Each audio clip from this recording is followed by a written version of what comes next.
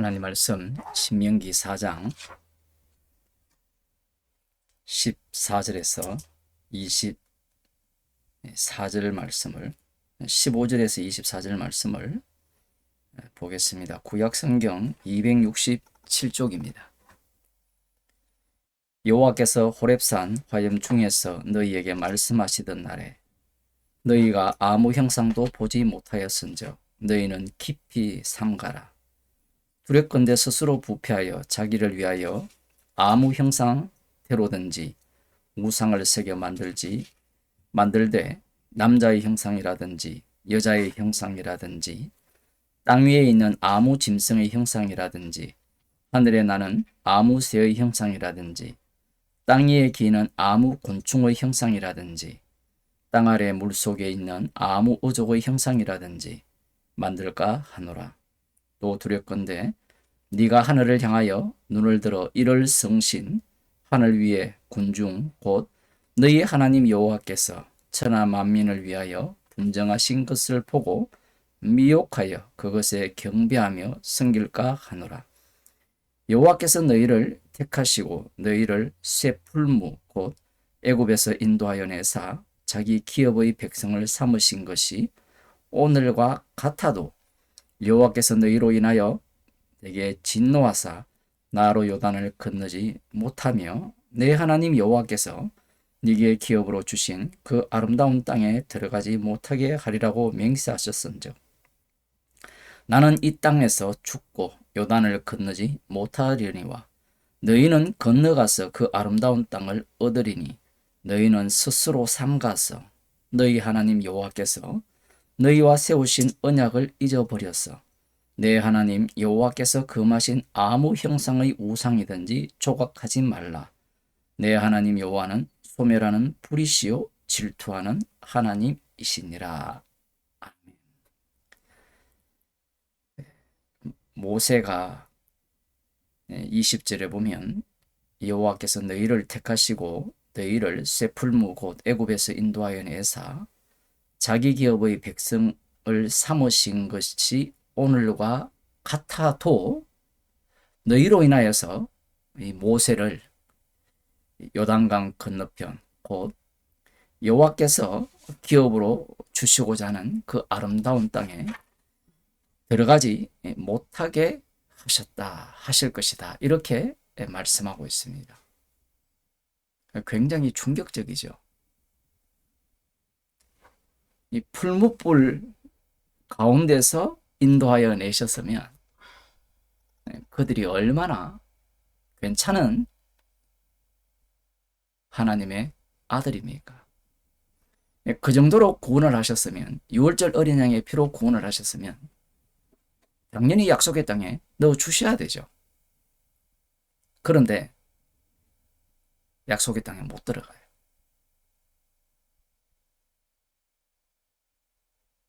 나의 구원을 꿈꾸는 자들은 이런 본문들이 굉장히 불쾌해요. 이렇게 처리하고 싶죠.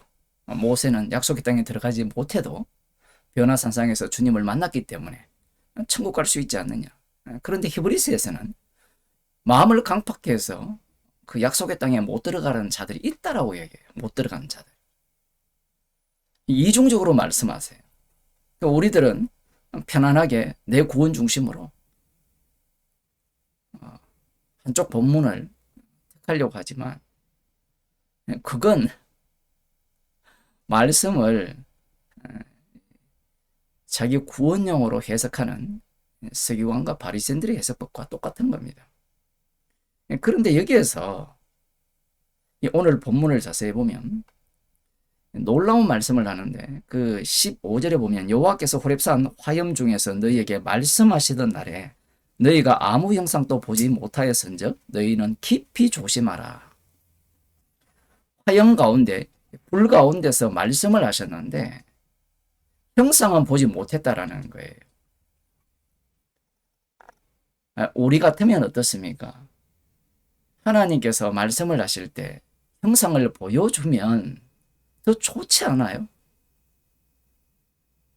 그러면 이스라엘 백성들이 그 형상을 만들어 놓고 그 형상 옆에서 하나님의 말씀을 전하면 되잖아요. 마치 느부갓네살 왕이 자기의 신상을 만들어 놓고 그 옆에서 말을 하면 두려워 떨 거 아니에요.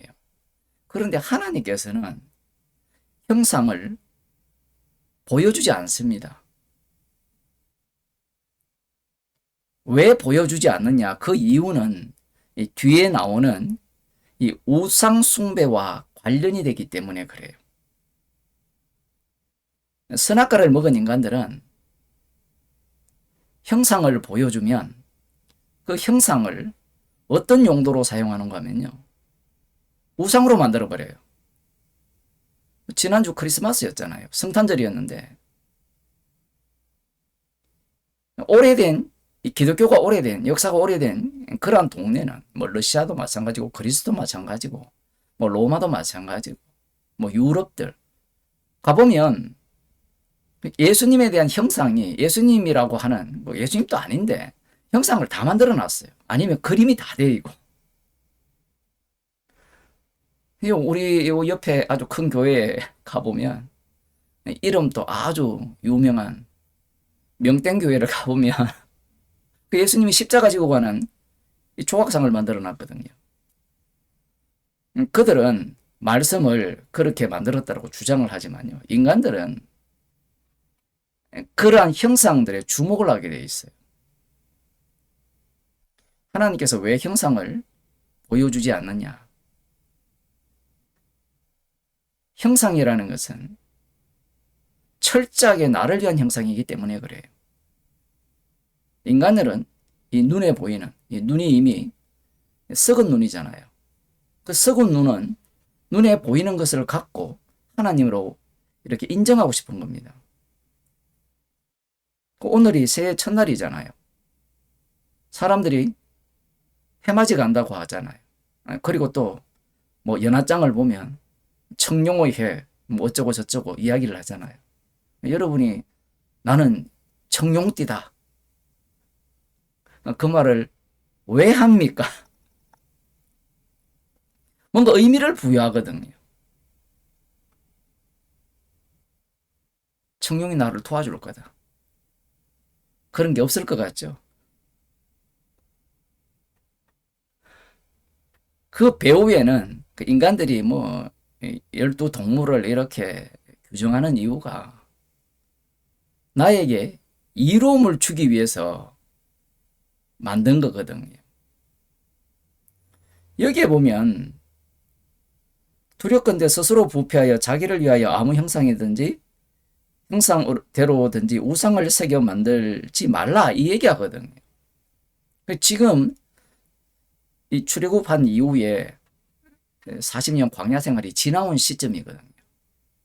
그런데 여기에 보면 그 우상의 모양이 남자, 여자, 짐승, 새, 곤충, 어조, 그리고 일월성신, 그리고 천사들, 이렇게 나옵니다.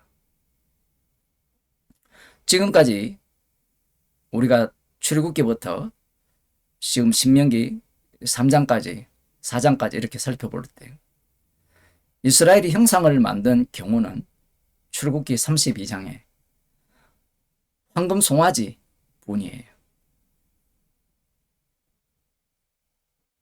황금 송아지 뿐인데 왜 모세는 이렇게 많은 형상들을 나열하느냐 얘기입니다. 쉽게 말하면 지금 이 형상들은 피조 세계의 모든 것들을 형상으로 만들어서 섬긴다는 거예요. 그러면 우리는 약속의 땅에 들어가면 그 가나안 민족들이 이러한 우상들을 만들어서 섬기지 않겠느냐, 이렇게 예상을 하지만 물론 그것도 맞아요. 그런데 지금까지 이 출애굽기부터 레위기, 민수기 이 내용을 제대로 살펴보면 이 말씀의 의미를 알 수 있습니다. 그렇지 않으면 어떤 생각을 갖고 있는가 하면, 그래, 우리가 황금 송아지는 섬겼지, 그래, 그거는 안 섬길 거야. 그럼 이런 말씀들은 괜히 준 겁니다. 그런데 모세가 뭐라고 합니까? 분명히 하나님께서 이 풀무 가운데서 인도하여 자기 기업 백성을 삼으셨는데 너희로 인하여서 약속의 땅에 못 들어가게 한다는 거거든요. 그럼 너희들이 지금 40년 광야 생활 동안 무슨 짓을 했느냐라고 하면 우상을 섬겼다라는 거예요. 어떤 우상? 지금 여기에 나열되는 우상이에요. 이게 왜 중요하냐면 한번 봅시다. 남자의 우상, 바알 우상이라 칩시다. 아세라 우상 칩시다. 왜 우상을 만듭니까?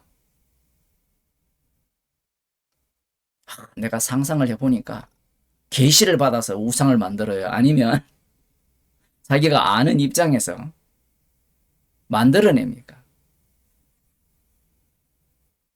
상상을 하잖아요. 이런 신이 있었으면 좋겠다. 사람인데 신이면 뭐 성경에 날개도 나오니까 날개를 달든지 아니면 날개를 없애든지 뿔을 달든지 뿔을 10개를 달든지 100개를 달든지 뭐 아니면 용의 모양을 하든지 사람의 그런 어떤 그게 모든 걸 갖다 붙이는 거예요. 이런 우상들을 왜 만들었냐 하면 나를 위해 만들거든요. 지금 여기에 보면. 그럼 우상들을 여기에 보면 그 우상들이 뭐 곤충도 마찬가지죠. 우리가 누가 곤충을 그 형상을 만들어서 섬길 거냐 하지만 인간은요 이조차 형상으로 만들어서 우상으로 섬겨요. 이는 예를 들어 해롭다 그러면 만들어서 이 해로움을 없애달라는 거예요. 이 중에도 왕이 있을 거 아니에요. 그런 생각들을 인간들이 다 갖고 있는 겁니다. 온갖 종류의 이 형상을 다 만들어내는 거예요.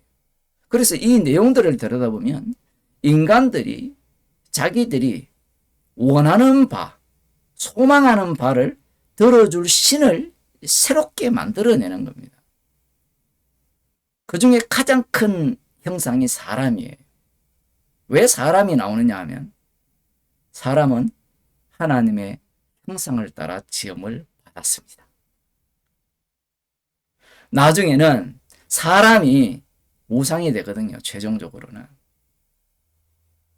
그게 오늘날 기독교가 그렇잖아요.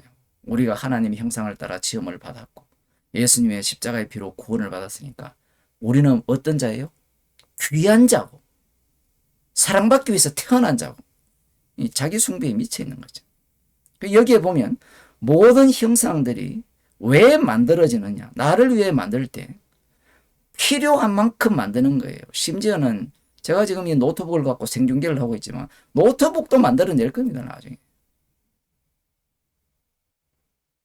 물론 이 모든 것들이 이제 오늘날은 돈으로 다 바뀌어버렸죠.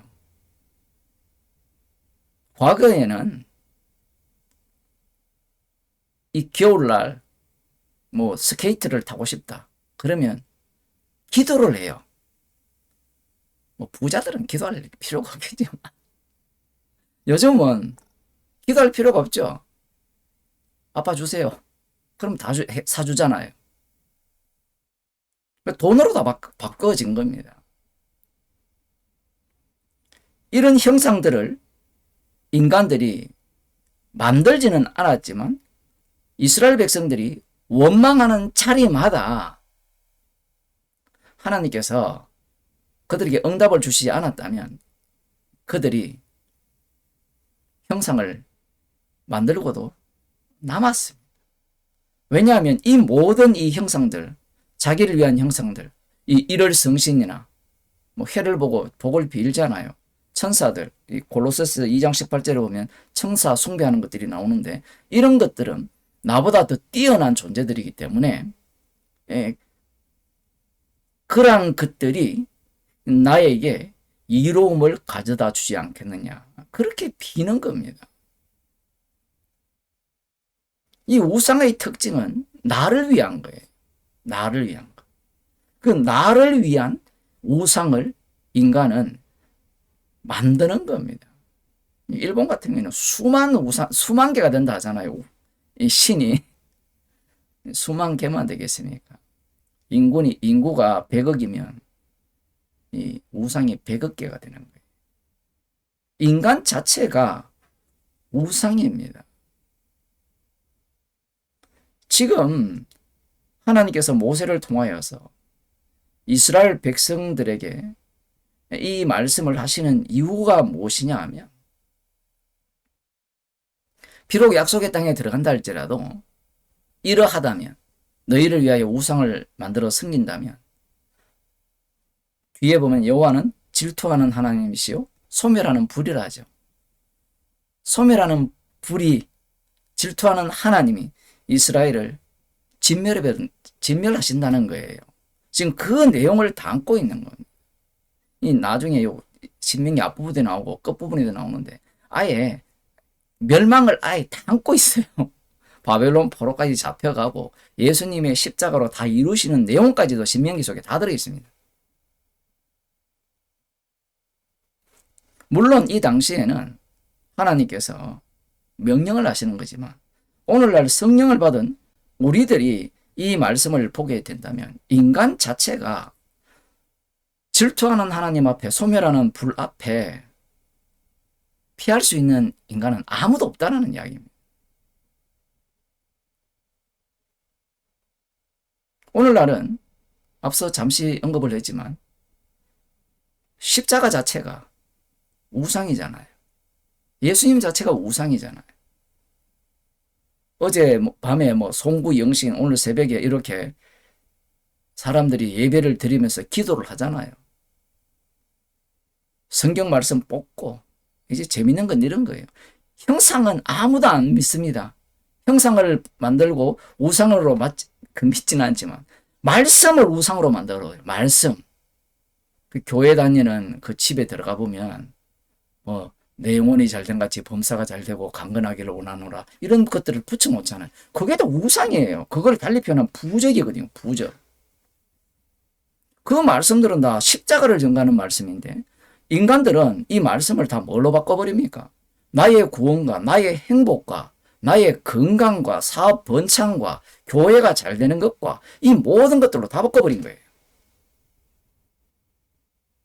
그 예수라는 우상을 섬기고 있는 겁니다. 말씀 중심이라고 하는 그 신천지를 보면 자기를 섬기고 있거든요. 새 언약이 자기를 위해 있다는 거예요.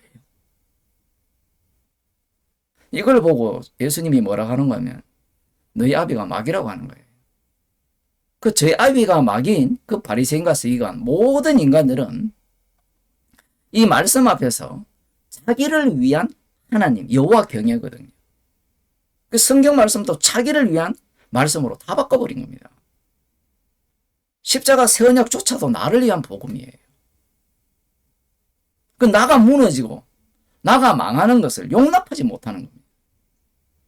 내가 사라지는 자리에 주님이 찾아오시면 내가 부정되고 나는 없어요. 나라는 자체가. 그러니 무슨 나의 구원이 있습니까? 그러한 것들을 용납하지 못하죠. 교회에서 그러한 복음을 전하면 우리 자신을 부정해버리면요, 예수 안 믿습니다. 자기를 부인하고 십자가를 지고 나를 따르라 라고 말씀을 할 때도 여러분 자기를 부인하고 십자가 지고 주님을 쫓으면 여러분이 구원을 얻습니다. 이렇게 가르치잖아요. 말씀 자체가 모순이거든요. 그런데 인간이라는 인간은 귀신세였기 때문에 성령을 받지 못했기 때문에 말씀 자체를 모두가 다 뭘로 바꿔버립니까? 자신을 위한 것으로 다 바꿔버린 거예요. 구약에는 우리가 구약을 볼 때 이스라엘 백성들이 우상숭배했기 때문에 정말 악하다. 에스겔 8장에 보면 성전 안에 완전히 우상의 전당으로 만들었잖아요. 그런데 예수님이 오시니까 어디를 우상의 전당으로 만들어버립니까? 똑같아요. 성전. 그 예수님이 성전을 청결케 한 건 아닌데 어쨌든 거기에서 말씀을 하실 때 거기에는 어떠한 우상도 없었어요. 어떠한 우상도 없었는데 그 성전이 누구를 위해 있는 겁니까? 예수님을 전가하는 성전이어야 되는데 자신들을 위한 성전으로 바꾸시게 하고, 이제는 오늘날은 예수님이 성전이잖아요. 예수님이 피로 사신 자들이 성전이잖아요. 그런데 그 예수님을, 우리의 몸을 누구를 위한 몸으로 다 바꿔치게 해버립니까? 나를 위한 것으로 다 바꿔버리는 거예요.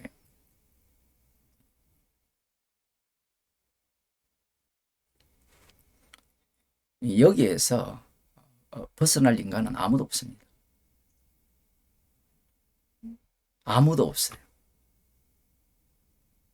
소멸하는 불 대신 질투하는 하나님 앞에서 구원 얻을 인간은 아무도 없어요.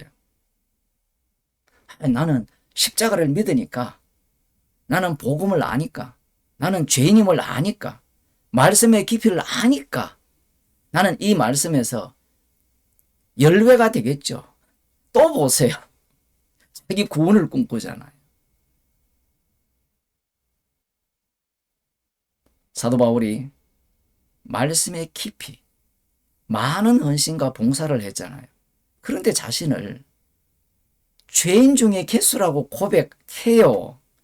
그건 자기 겸손이 아닙니다. 왜냐하면 사도 바울은 그리스도 안에 있기 때문에, 그리스도 안에 있다라는 증거가 무엇이냐면 나는 십자가의 원수로서 죄인 중에 개수일 뿐이라는 겁니다. 무엇을 하더라도 주의 이름으로 선지자는 노릇하고 복음을 전하고 희생을 하고 헐벗고 굶주리더라도